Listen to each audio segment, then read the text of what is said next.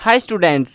आज की इस वीडियो के अंदर मैं आपको बताऊंगा कक्षा 12 इतिहास और कंप्लीट बुक के आपको एमसीक्यूज आज इस वीडियो में कराने वाला हूं स्पेशली फॉर हरियाणा बोर्ड। यहां पर जो है आपको इंपॉर्टेंट एमसीक्यूज मिलने वाले हैं। जितने भी एमसीक्यूज मैं आपको कराऊंगा चैप्टर वाइज वो सारे के सारे इंपॉर्टेंट रहने वाले हैं, तो आपको वीडियो को लास्ट तक देखना है। और जो सिलेबस रिड्यूस्ड है उन चैप्टर्स को मैं स्किप करने वाला हूं, मतलब बिल्कुल डिटेल के साथ में आपको बिल्कुल सही तरीके से अच्छी प्रिपरेशन आपकी हो जाएगी। जितने भी एमसीक्यूज आएंगे ऑलमोस्ट इन्हीं में से आएंगे। चलो शुरू करते हैं। मैं हूं अजय और आप देख रहे हैं सीसीएल क्लास। ये सारे एमसीक्यूज हमने लिख रखे हैं ऑफिशियली अब हमारी ऑफिशियल वेबसाइट cclchapter.com पे, तो वहां पर जाकर जो है आप देख सकते हो। ये है यूआरएल cclchapter.com। तो यहाँ पर जाकर जो है आप इसको डायरेक्टली रीड भी कर सकते हो और साथ में टेस्ट भी दे सकते हो। टेस्ट की क्यों बोल रहा हूँ, क्योंकि मैंने यहाँ पे जिस हिसाब से लिखे हुए हैं यहाँ पर आकर आंसर्स हाइड हैं, ताकि आपका भी एक टेस्ट हो जाएगा। बट हाँ, यहाँ पे मैं आपको आंसर साथ के साथ शो करूँगा ताकि आपको जो है अच्छे से रिविजन हो जाए, समझ में आ जाए। अगर आप वहाँ पर जो है पढ़ने में इंटरेस्टेड नहीं रहते, वीडियो देखने से ज़्यादा क्लियरली समझ आता है। तो चलो अब देखते हैं फर्स्ट क्वेश्चन। पहले चैप्टर की बात कर लेते हैं थोड़ी सी। चैप्टर है ईंटें, मनके और अस्थियां। यहाँ पे हम खास तौर पे जिक्र कर रहे हैं इस चैप्टर में हड़प्पा सभ्यता का, हड़प्पा के लोगों के बारे में। वहाँ पे क्या क्या चीज़ें मिली, कैसी जगह थी। बहुत लंबे समय से हम इस चीज़ को, इस सभ्यता को पढ़ते आ रहे हैं। ऑलमोस्ट ज़्यादातर चीज़ें हमको याद है, बट अभी हमको ये आइडिया लगाना है कि इस चैप्टर से क्या क्या चीज़ें हैं जो पूछी जाती हैं एमसीक्यू क्वेश्चंस में। तो पहला क्वेश्चन आ रहा है वो है मोहनजोदड़ो किस नदी के तट पर स्थित है? सिंधु, झेलम, चिनाब या फिर रावी। तो वो कौन सी नदी है? वो है सिंधु नदी, जिसके तट पर ये स्थित है। दूसरा क्वेश्चन है नृत्य करती हुई लड़की की कांसे की मूर्ति कहाँ से प्राप्त हुई थी? हड़प्पा से, मोहनजोदड़ो से, चन्हुदड़ो से, राखीगढ़ी से। तो वो प्राप्त हुई थी मोहनजोदड़ो से। देखो ये क्वेश्चन बहुत बार आया है और बहुत डाउट क्रिएट करता है, क्योंकि ये जो है ना बुक में छोटा सा जिक्र है इसका, जस्ट कोई एक्सप्लेनेशन नहीं है इसके ऊपर बेस्ड कोई बड़ी सी। जब भी कभी भी चैप्टर में बड़ी एक्सप्लेनेशन होती है वो हमें याद रहती है, बट छोटी एक्सप्लेनेशन याद नहीं रहती। वहाँ पे जस्ट बहुत सारी चीज़ों का नाम बताया हुआ था और साथ में ये भी नाम उन्हीं में शामिल था कि नृत्य करती हुई एक लड़की की कांसे की मूर्ति हमें मिली थी, वो मिली थी मोहनजोदड़ो से। अगला क्वेश्चन देखते हैं विशाल स्नानागार कहाँ पर स्थित है? हड़प्पा, मोहनजोदड़ो, मिताथल, लोकथल। तो वो कहाँ पर है? मोहनजोदड़ो में विशाल स्नानागार। उस कुंड की बात कर रहे हैं हम, वो बड़ा सा कुंड है जिसमें सीढ़ियाँ उतर रही हैं, है ना। तो वो वाले की बात कर रहे हैं कि ऐसे उत्तर दक्षिण में सीढ़ियाँ हैं, कमरे बने हुए, काफ़ी बड़ा सा है, तो उसकी बात कर रहे हैं। हड़प्पा किस नदी के तट पर स्थित है? आई थिंक ये क्वेश्चन अभी कौन सा आया था? हाँ, ये मोहनजोदड़ो। देखो इससे आइडिया लग जाना चाहिए कि किस टाइप से पूछे जा रहे हैं। मोहनजोदड़ो पूछ लिया कौन सी नदी के किनारे पर है, अब की बार हमसे पूछ लिया हड़प्पा किस नदी के किनारे पर स्थित है? सिंधु, रावी, झेलम, चिनाब। तो वो कौन सी नदी है? रावी नदी। अगला क्वेश्चन देखते हैं हड़प्पा संस्कृति के लोग किस पशु के बारे में अनभिज्ञ थे? यानी कि वो किस पशु के बारे में जानते नहीं थे, अनजान थे। वो क्या थी? गाय, कुत्ता, घोड़ा या फिर सूअर। तो वो था घोड़ा, जिसके बारे में वो बिल्कुल अनजान थे, क्योंकि हमें कोई भी अस्थियां वगैरह वहाँ पर इस चीज़ को लेके नहीं मिली हैं। इसीलिए हो सकता है यूज़ करते हो, बट नहीं मिले तो सबूत हम अनजान ही मानेंगे उनको। अगला क्वेश्चन देखते हैं हड़प्पा सभ्यता के लोग किस देव की पूजा करते थे? यानी कि उनका भगवान कौन सा था? इंद्र भगवान, विष्णु, हनुमान, वरुण देव। तो वो कौन सा भगवान था? इंद्र देवता, जिसकी वो पूजा किया करते थे। सिंधु घाटी के लोग सोना कहाँ से प्राप्त करते थे? मध्य प्रदेश, कर्नाटक, महाराष्ट्र या फिर राजस्थान। तो वो सोना कहाँ से लाते थे? कर्नाटक से लाया करते थे। मोहनजोदड़ो ये जो शब्द है इसका मतलब क्या है? ये क्वेश्चन लिटरली बहुत आसान है और कई बार पूछा गया, मतलब मोस्ट इंपॉर्टेंट बोल सकते हैं आप इस चैप्टर से, जो कि बार बार रिपीट होता रहता है। क्योंकि देखो एक तो सेट आपके पास वैसे भी 4 सेट आने वाले हैं और क्वेश्चंस भर भर के आने वाले हैं, तो अच्छे से प्रिपेयर करना, क्वेश्चंस को याद हो सके तो याद कर लेना, जैसे भी हो याद करने आपको ये, ठीक है ना। अब यहाँ पे ज़्यादा नहीं है चैप्टर में, जो है 10 या 15 के राउंड है, उससे ज़्यादा एमसीक्यूज नहीं है पर चैप्टर पे, और चैप्टर काफ़ी बड़े बड़े हैं, तो वो आपकी मर्जी है, आगे आपको अगर रिविज़न करना हो तो कर सकते हो। मोहनजोदड़ो जो शब्द है इसका मतलब क्या है? इसका मतलब होता है मृतकों का टीला, माटी का टीला, प्राचीन शहर, प्राचीनतम सभ्यता। तो यहाँ पर क्या है? वो मृतकों का टीला। मोहनजोदड़ो स्थल की खोज किसने की थी? Dayaram Sahni, Rakhaldas Banerjee, Ravinder Bisht, James Prinsep. तो वो किसने करी थी? राखलदास बनर्जी ने करी थी। हड़प्पा सभ्यता का एक और नाम है आर्यों की सभ्यता, मिस्र की सभ्यता, उत्तर वैदिक सभ्यता, सिंधु घाटी की सभ्यता। अगर ये क्वेश्चन गलत कर रहे हो आप बिना आंसर बताए भी, तो बस रहने दो, फिर आपसे ना हो पाएगा। सिंधु घाटी की सभ्यता, जिसके बारे में पूरा चैप्टर है आपका। हड़प्पा संस्कृति के लोग निम्नलिखित में से किस धातु से अनभिज्ञ थे। यहाँ पर देखो, इससे पहले मैं इससे पूछा था किस जानवर से अनभिज्ञ थे ना, घोड़े से अनजान थे वो। अब यहाँ पे पूछ रहे हैं कौन सी धातु थी जिसके बारे में उनको नहीं पता था। लोहा, तांबा, कांसा या फिर सारी की सारी। तो वो कौन सी धातु थी? लोहा था, जिसके बारे में वो जानते ही नहीं थे। निम्न में से कौन सा एक भवन हड़प्पा संस्कृति से संबंधित नहीं है, यानी कि जगह है कुछ, तो इनमें से हमसे पूछा है, ये ऑप्शंस जो है उनमें से जो एक भवन है जो हड़प्पा संस्कृति का नहीं है, बाकी जो है दूसरी संस्कृति का है। स्नानागार, विशाल गोदाम, अनागार, पिरामिड। तो वो कौन सा है? वो है पिरामिड। पिरामिड वो इजिप्ट वाले हैं ना, तो इजिप्ट वाले यहाँ पे जो है मिस्र की सभ्यता आई थिंक वो, तो वो उधर वाली चीज़ है, वो अपने देश वाली चीज़ें नहीं है, इधर वाली। तो ये वो पिरामिड्स है, वो 3 गीज़ा के वो पिरामिड्स जिनके बारे में आप जानते होंगे, वही है ये। अगला क्वेश्चन देखते हैं, हड़प्पा सभ्यता का कौन सा स्थान हरियाणा में है? बनावली बोल रहा हूँ, बनवाली, मित्ताथल, राखीगढ़ी या फिर सारे के सारे। देखो कौन सा स्थान पूछा है, तो ये सारे के सारे स्थान जो है हरियाणा में ही हैं, जो ऑप्शंस में दिखाए गए हैं। कई बार क्या होगा, इनमें से जो है ना कुछ और एक का नाम दूसरा डाल देंगे, मतलब ये 2 नाम हटा के कुछ और डाल देंगे, कुछ दूसरे राज्य के शहर डाल देंगे। तो आपको इनमें से याद होने चाहिए, तीनों नाम तो याद होने चाहिए, बनवाली, मित्ताथल, राखीगढ़ी, जो कि फेमस है। राखीगढ़ी है इनमें फेमस खास तौर पे। सिंधु घाटी के लोग तांबा कहाँ से प्राप्त करते थे? गुजरात, दक्षिण भारत से, मध्य भारत से, खेतड़ी राजस्थान से। तो वो कहाँ से? खेतड़ी जो राजस्थान में एक जगह है, वहाँ से प्राप्त किया करते थे। हड़प्पा सभ्यता के लोग किस पशु की पूजा करते थे? कुबड़ वाला सांड, गाय, घोड़ा, बकरी। देखो घोड़ा से तो वो अनजान थे, तो घोड़े की पूजा तो वैसे भी नहीं होने वाली।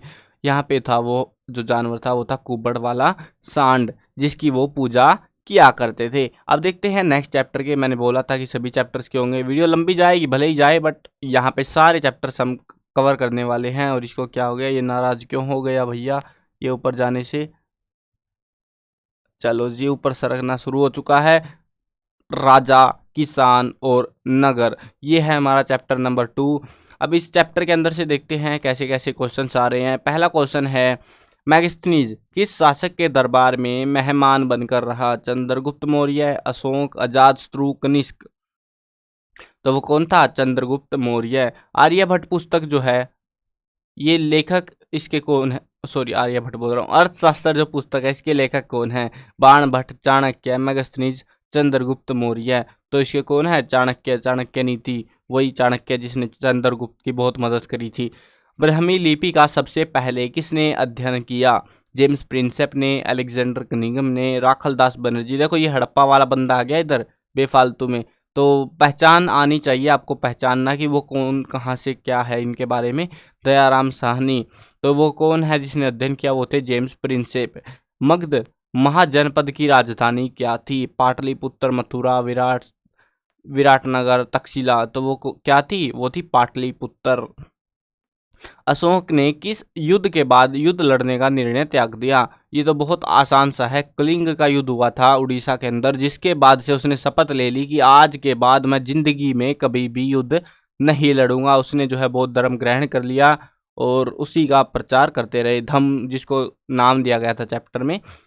अब नेक्स्ट क्वेश्चन देखते हैं, कुषाण शासकों ने अपने नाम के आगे किसकी उपाधि लगा दी? स्वर्ग पुत्र, धरती पुत्र, देव पुत्र या फिर राज।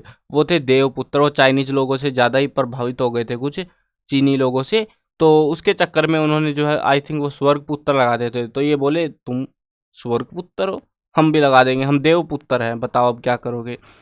अगला क्वेश्चन देखते हैं, हरिसेन किसके दरबार में राज्य कवि थे? चंद्रगुप्त प्रथम, समुद्रगुप्त, चंद्रगुप्त द्वितीय, चंद्रगुप्त मौर्य। तो हरिसेन किसके दरबार में थे? समुद्रगुप्त के दरबार में राज्य कवि थे।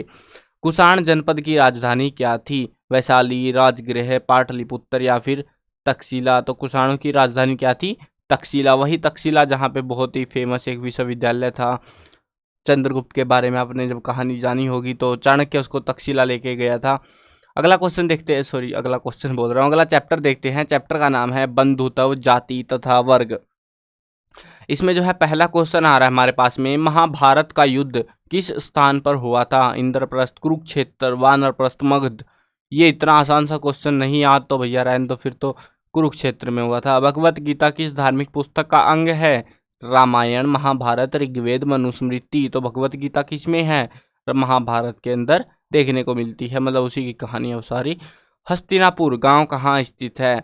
उत्तर प्रदेश में, मतलब आज के समय की बात पूछ रहे हैं हमसे। जो हस्तिनापुर हुआ करता था प्राचीन समय में, वो किस इलाके में आज आ गया है? उत्तर प्रदेश, पंजाब, हरियाणा। इंद्रप्रस्थ, इंद्रप्रस्थ तो आज एग्जिस्ट ही नहीं करता कुछ, तो उत्तर प्रदेश में। महाभारत का रचनाकार किसको माना जाता है? महर्षि वेदव्यास, वाल्मीकि, तुलसीदास, या फिर कोई नहीं? कोई नहीं तो होता ही नहीं, महर्षि वेदव्यास को माना जाता है। वाल्मीकि रामायण का है, ठीक है ना। एकलव्य की कथा कौन से ग्रंथ में मिलती है? महाभारत, पुराण, रामायण। एकलव्य वही जिसने अपना अंगूठा दे दिया था ना गुरु द्रोणाचार्य को, तो वो गुरु द्रोणाचार्य कौन सी कहानी में है? वो महाभारत वाली कहानी में, तो उसी के से जो है ये कहानी मिलती है हमको। पांडवों की सहपत्नी थी, उसका नाम क्या था? द्रौपदी, सीता, प्रभावती, गौतमी। तो वो कौन थी? द्रौपदी। अगला क्वेश्चन देखते हैं, बहुपति प्रथा प्रचलित की किसने करी थी? बहुपति मतलब बहुत सारे पति रख लो। कौरवों ने, पांडवों ने, सातवाहनों ने, या फिर शकों ने? तो वो पांडवों ने, यानी कि एक ही पत्नी। अब यहाँ पे जिक्र आया था ना कि द्रौपदी जो है उनकी 5 भाइयों की पत्नी थी, तो वही बात है यहाँ पे। तो उसी टाइम से प्रथा शुरू हुई थी कि एक पत्नी जो है बहुत सारे पति रख सकती है। अगला चैप्टर देखते हैं, विचारक, विश्वास और इमारतें। तो इसको भी स्क्रॉल डाउन करते हैं थोड़ा सा। विचारक, विश्वास और इमारतें। पहला क्वेश्चन हमारे पास आ रहा है, महात्मा बुद्ध की मृत्यु कहाँ हुई? लुम्बिनी, बोध गया, सारनाथ, कुशीनगर। तो वो कहाँ पर हुई थी? वो हुई थी कुशीनगर के अंदर। बौद्ध धर्म में मुक्ति मार्ग यानी मोक्ष का साधन क्या है? स्त्री त्रिरतन, तपस्या, अष्टमार्ग, अहिंसा। तो वो क्या है? वो है अष्टमार्ग। मतलब बहुत ही कठिन मार्ग था ये, जिसके अंदर जो है बहुत सारे सख्त कानूनों का पालन करना पड़ता था। प्राचीनतम बौद्ध ग्रंथ किस भाषा में लिखे गए हैं? पाली भाषा में, संस्कृत में, मगधी में, प्राकृत भाषा में। तो प्राचीनतम जो बौद्ध ग्रंथ है वो पाली भाषा यानी लोकल भाषा में लिखे गए थे। ये देखो, अगर आपको एक चीज़ बता देता हूँ, एमसीक्यूज अगर आप देख रहे हो वीडियो में बने हुए हो, अच्छी बात है। मैंने जो है ना, अगर आपको किसी चैप्टर में लग रहा है कि भाई मेरे को ये चैप्टर समझ नहीं आ रहा है, मतलब मेरे को याद नहीं होता, मेरे को कुछ समझ नहीं आता क्या क्या चीज़ें पढ़नी है, क्योंकि इंपॉर्टेंट क्वेश्चन और भी होते हैं, बड़े बड़े क्वेश्चंस भी आने वाले हैं, ऑब्वियस सी बात है। जिस जिस चैप्टर में आपको डाउट लग रहा है, प्लेलिस्ट का लिंक मैं डिस्क्रिप्शन में प्रोवाइड करा दूंगा। वहाँ पे क्या होगा, वहाँ पे जाओगे जैसे ही आप, तो मैंने कंप्लीट बुक का सोल्यूशन करा रखा है, मतलब हर एक चैप्टर को एक्सप्लेन कर रखा है वहाँ पे अच्छे से। तो अगर आप चाहो तो वहाँ पर जाकर किसी भी चैप्टर में जिसमें डाउट लग रहे हैं तो उसको अपना क्लैरिफाई कर सकते हो। फिलहाल इस वीडियो में सिर्फ एमसीक्यूज होंगे और कुछ होने नहीं वाला, और वीडियो वैसे भी लंबी जाएगी। स्वामी महावीर का संबंध किस धर्म से है? हिंदू, बौद्ध, जैन या फिर सिख? तो वो किससे है? जैन धर्म से। महात्मा बुद्ध ने पहला उपदेश दिया था, ये बहुत ही ज़्यादा इंपॉर्टेंट क्वेश्चन है, याद रख लेना। महात्मा बुद्ध ने जो पहला उपदेश था वो कहाँ पर दिया था? सारनाथ के अंदर। महावीर स्वामी का देहांत कहाँ हुआ था? कुंडग्राम, पावापुरी, कुशीनगर, सारनाथ। तो वो कहाँ पर था? वो पावापुरी में था। महावीर का बचपन में क्या नाम था? सिद्धार्थ, सिद्धांत, वर्धमान। देखो अपन अगर पढ़ोगे ना चैप्टर को, मतलब थोड़ा बहुत आइडिया होगा तो आपको जस्ट एकदम से याद आएगा कि पाठ में बार बार जिक्र आता है वर्धमान महावीर, वर्धमान महावीर, ऐसे लिखा मिलेगा कि उसने ये किया, वर्धमान महावीर। तो पहचानना आसान हो जाता है। जैन धर्म के 24वें तीर्थकर थे, ऋषभदेव, स्वामी पार्श्वनाथ, वर्धमान महावीर, अनंत। वो कौन थे? वर्धमान महावीर थे 24वें तीर्थकर। जातक कथाएं किस धर्म से संबंधित है? हिंदू, बौद्ध, जैन, सिख। तो वो किससे है? हिंदू धर्म, सॉरी बौद्ध धर्म से जो है यहाँ पे जातक कथाएं ली गई हैं, मतलब बहुत सारी लोकल कथाएं हैं, ये कहानियां हैं। महायान का संबंध किस धर्म से है? जैन धर्म, हिंदू धर्म, शैव धर्म। ये शैव धर्म कौन सा आ गया? बौद्ध धर्म।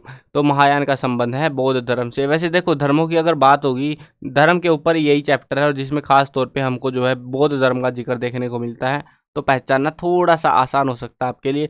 चलो अगला चैप्टर देखते हैं। चैप्टर का नाम है भक्ति, सूफी परंपराएं। तो अभी फिर से इसको थोड़ा सा हाँ चलो पहला क्वेश्चन देखते हैं। क्वेश्चन है महात्मा बुद्ध के बचपन का नाम क्या था? सिद्धार्थ, वर्धमान। वर्धमान तो देखो महावीर वाले बंदे का था, तो वर्धमान तो होने से रहा। शुद्धोधन नहीं है, वह सिद्धार्थ है। उनके बचपन का नाम। प्राचीनतम बौद्ध ग्रंथ किस भाषा में लिखे गए थे? प्राकृत, पाली, संस्कृत या फिर हिंदी? वही भाषा जिसमें हमें कथाएं मिलती हैं, पाली भाषा यानी लोकल भाषा में। स्वामी महावीर का संबंध किस धर्म से है?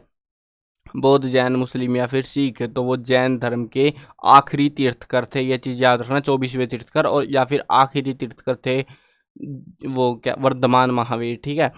मुश क्या नाम है ये, मुहिद्दीन चिश्ती की दरगाह, जो भी है यार पढ़ना थोड़ा मुश्किल है। मोइनुद्दीन आई थिंक ये मोइनुद्दीन चिश्ती की दरगाह में कहाँ स्थित है?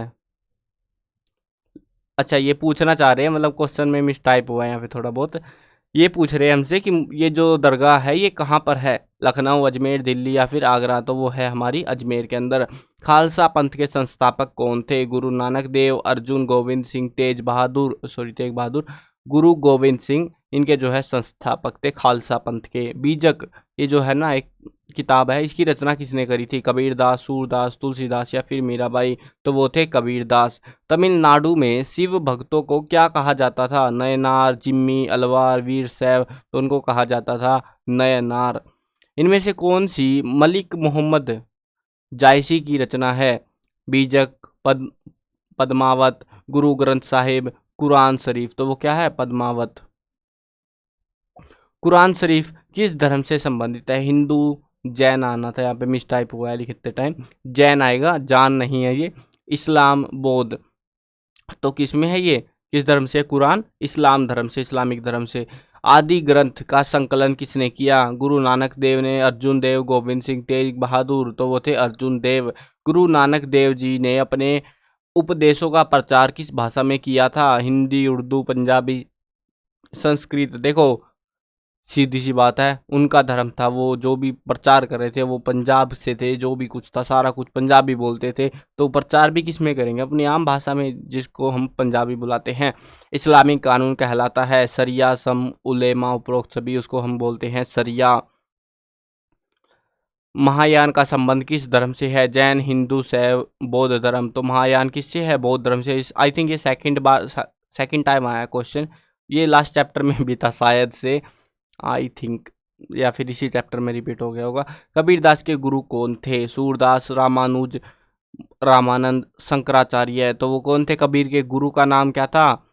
रामानंद था। बौद्ध धर्म में मुक्ति मार्ग, मोक्ष का साधन क्या है? ये वापिस आ गया है, अष्टांग मार्ग, याद रख लेना इसको। सूफी संत के निवास स्थान को क्या कहा जाता था? देखो ये जो क्वेश्चन है ना, ये लास्ट चैप्टर में आया था। चैप्टर जो है ना, ये दोनों चैप्टर मिक्स है, सेम चैप्टर है, तो इसीलिए यहाँ पे क्वेश्चंस देखने को मिल सकते हैं। और इस वाले चैप्टर में भी इसको इंक्लूड कर दिया हमने, ताकि आपको याद तो रहे, क्योंकि दोनों में सेम बातें जिक्र हो रही है।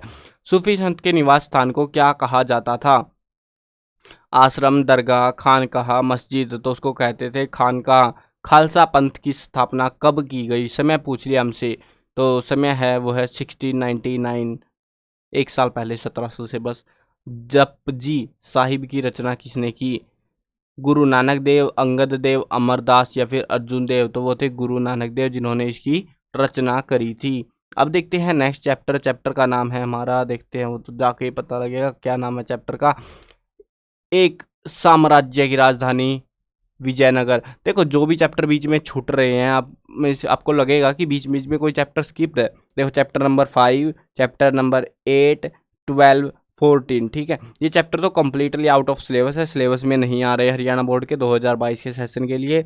उसके अलावा 10th चैप्टर जो है उसमें से आधा आ रहा है, मतलब 4 पार्ट टॉपिक्स है मेन उसके, तो उसमें से आधा टॉपिक आ रहा है, आधा टॉपिक नहीं आ रहा, ठीक है। तो जो भी है कुल मिला के जो एमसीक्यूज मैंने देखे, वो जो बचा हुआ टॉपिक है उसमें से आते ही नहीं है, एक आध आता है कभी कभार, नहीं तो ज़्यादातर जो है हमें जो भी है कुल मिला के उसके भी करनी है, 10th चैप्टर के भी। अब देखते हैं यहाँ पे पाठ का नाम है एक साम्राज्य की राजधानी, विजयनगर। चैप्टर नंबर 7, यहाँ पे चैप्टर नंबर देख सकते हैं बकायदा।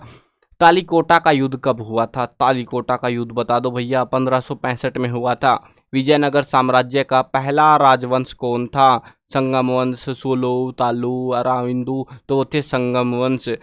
ये देखो आप जो है ना इसको वन वर्ड टाइप में याद कर लेना, ज़्यादा इजी रहेगा। ऑप्शन टाइप के चक्कर में पढ़ना है मत। जो समय वाले हैं ना, ज़्यादातर ये समय वाले या वंशों वाली बातें हैं, उनमें ऑप्शन के चक्कर में मत पढ़ना, वो डायरेक्टली आपको याद करोगे, ज़्यादा बेटर रहेगा। ऑप्शन में कन्फ्यूज डाउट क्रिएट हो सकते हैं, ठीक है। विजयनगर साम्राज्य की स्थापना कब हुई थी? विजयनगर की स्थापना हुई थी 1336 ईस्वी में।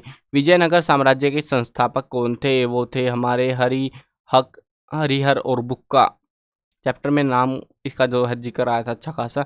विजयनगर शहर का दूसरा नाम है हम्पी, फतेहपुर सीकरी, नगलपुरम, हस्तिनापुर। तो वो क्या है? हम्पी। विजयनगर साम्राज्य की स्थापना किसके काल में हुई थी? अलाउद्दीन खिलजी, बाबर, मोहम्मद तुगलक, अकबर। तो वो किसके काल में हुई थी? हमारी मोहम्मद तुगलक के काल में।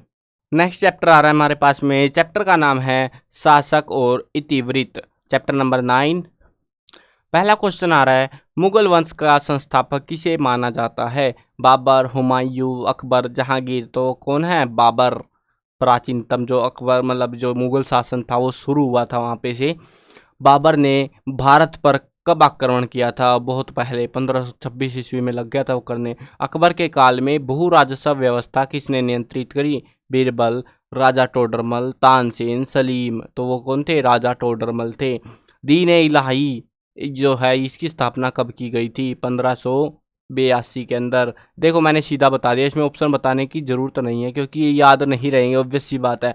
ये बहुत साल हैं, बहुत सारे आते हैं ये, मतलब ये मान लो 2 या 3 मार्क्स के तो ईयर्स वाला जो क्वेश्चन है वो आते हैं। अब उनमें से अगर आप देखने बैठोगे भैया ये कब कब कब कब, ऑप्शन देख के और कन्फ्यूजन होगा। तो ईजी रहेगा, डायरेक्ट आंसर याद करो, वो ज़्यादा ईजी रहेगा, ठीक है।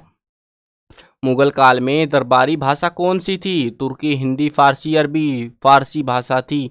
अकबरनामा जो है इसकी रचना किसने करी? बाबर, गुलबदन बेगम, अबुल फजल, अब्दुल हमीद लाहौरी। तो वो कौन थे? अबुल फजल।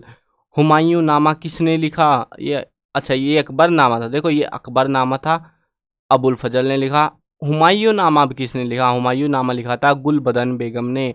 बादशाह नामा, देखो कितने नामे आ गए, मतलब ये याद रखना कोई ना कोई नामा एग्जाम में टपक सकता है, कभी भी परकट हो सकता है, तो बच के रहना, नामे याद रख लेना। बादशाह नामा किसने लिखा था? बादशाह नामा लिखा था अब्दुल हमीद लाहौरी ने।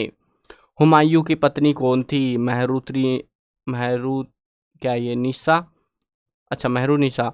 मुमताज महल, हमीदो बानो बेगम, नूरजहां। हुमायूं की पत्नी थी हमीदा बानो बेगम। किस मुगल शासक ने जजिया कर, यानी कि एक कर था, मतलब टैक्स लगाया जाता था एक टाइप का, उसको जजिया कर बुलाते थे, उसको समाप्त कर दिया था? वो थे शासक अकबर।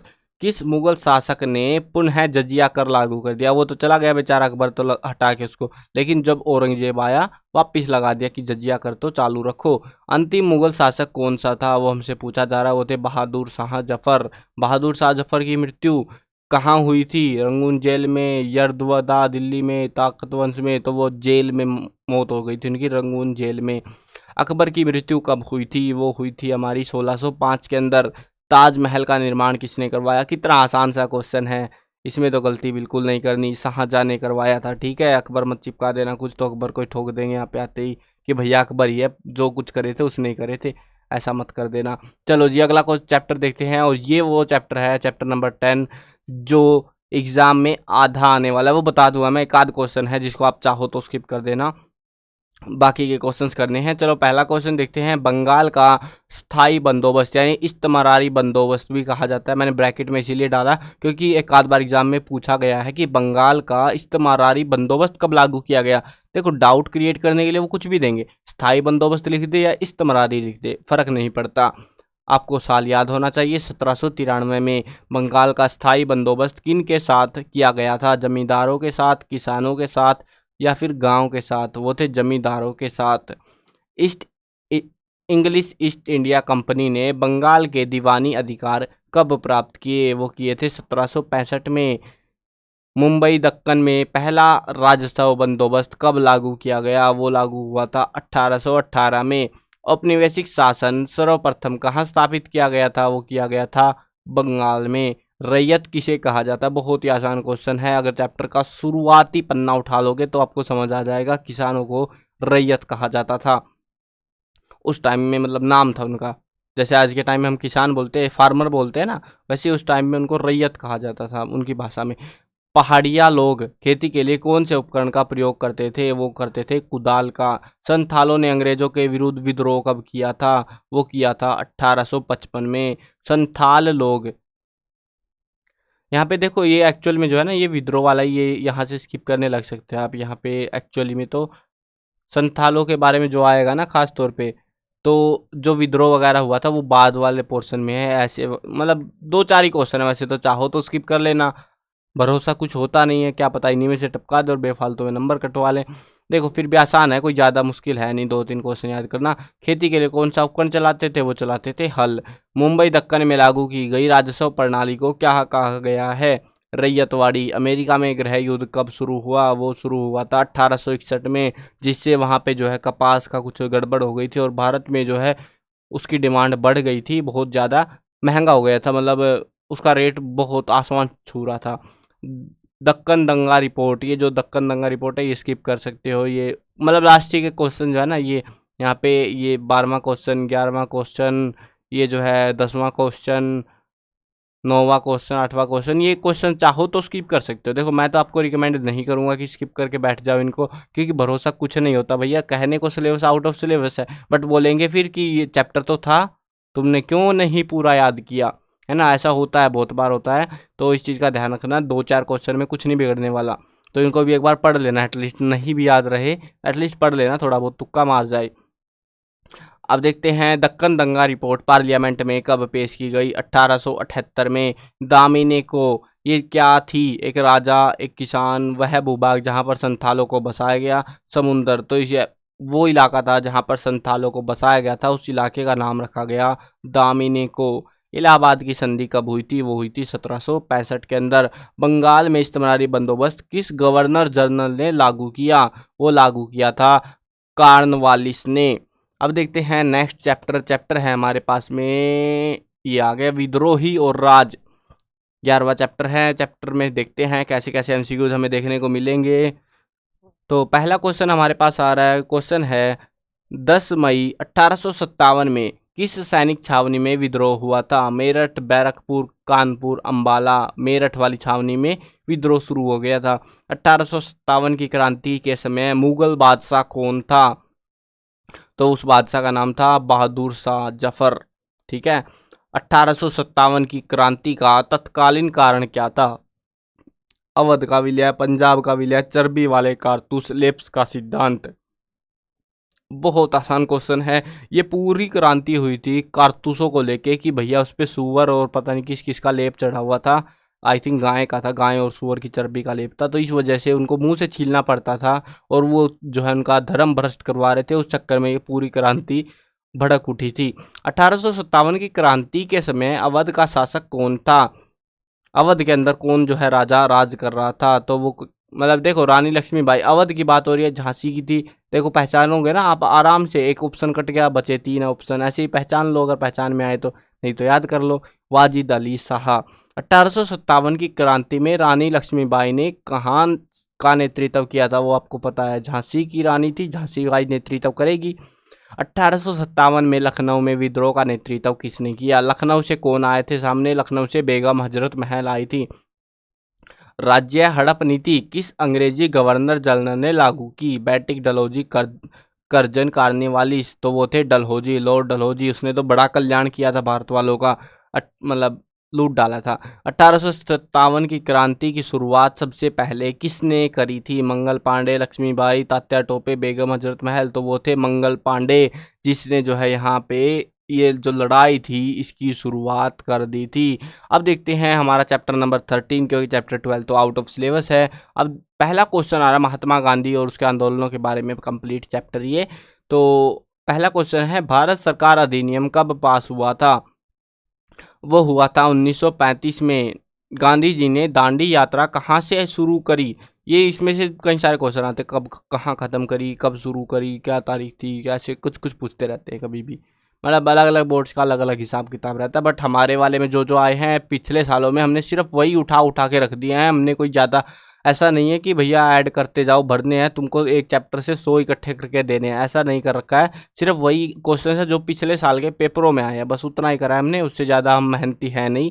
अब देखते हैं यहाँ पे गांधी जी ने दांडी यात्रा कहाँ से शुरू करी थी? साबरमती आश्रम से। महात्मा गांधी के राजनीतिक गुरु कौन थे? वो थे हमारे गोपाल कृष्ण गोखले। चोरा चोरी, ये घटना कब हुई थी? समय पूछा जा रहा है हमसे, फरवरी 1922 में। दूसरा गोलमेज सम्मेलन कब हुआ था? तो वो कब हुआ था? 1931 में। महात्मा गांधी ने व्यक्तिगत सत्याग्रह कब शुरू किया? वो शुरू किया 1940 में। देखो जहां तक भी मेरे को लग रहा है ना, इस वाले चैप्टर से कोई सा जो है ऐसा क्वेश्चन आएगा जिसमें ईयर्स है, और ईयर्स वाले 2 या 3 ही क्वेश्चन आते हैं पेपर में, उनमें से इसको चैप्टर में से जरूर टक्का मिलेगा, क्योंकि इसमें सारे साल भर रखे हैं, डाउट इतने सारे बनेंगे आपके, आपको खुद याद नहीं रहेगा कब क्या कौन कर रहा है। बस इस साल ये हुआ, इस साल वो हुआ, ये हुआ वो हुआ, कन्फ्यूजन हो जाएगा। तो इसलिए वो जहाँ तक भी है इसी में से देंगे आपको। अखिल भारतीय हिंदू महासभा की स्थापना कब हुई? 1915 में। 1911 ईस्वी में पहले भारत में ब्रिटिश साम्राज्य की राजधानी कहाँ स्थित थी? मतलब 1911 से पहले जो है राजधानी कहाँ थी हमारी? दिल्ली, कलकत्ता, बम्बई या फिर मद्रास? वो थी कलकत्ता, बाद में दिल्ली करी गई थी। महात्मा गांधी की दांडी यात्रा कब शुरू की? इन्होंने भी पूछ ही लिया, हरियाणा बोर्ड वालों ने भी। 12 मार्च 1930 में। ठीक है जी। मुस्लिम लीग की स्थापना कब हुई थी? वो हुई थी 1906 में। किस अधिवेशन में कांग्रेस और मुस्लिम लीग में समझौता हुआ? लखनऊ, मतलब नाम है अधिवेशन का, लखनऊ अधिवेशन, ऐसे नाम एक होता है ना, पॉपुलर नाम है ये, तो नाम याद आ जाना चाहिए आपको ऐसे ही। लखनऊ अधिवेशन, लाहौर अधिवेशन, सूरत अधिवेशन, मुंबई अधिवेशन, तो वो कौन सा था? लखनऊ अधिवेशन था। भारत के अंतिम अंग्रेज वायसराय कौन थे? वो थे हमारे लॉर्ड माउंटबेटन। पूना समझौता, पूना पैक्ट के नाम से जानते हैं आई थिंक हम इसको। कब शुरू हुआ था ये, मतलब कब हुआ था? 1932 में। सारे जहां से अच्छा हिंदुस्तान हमारा हमारा, ये जो गीत है ये किसने लिखा था?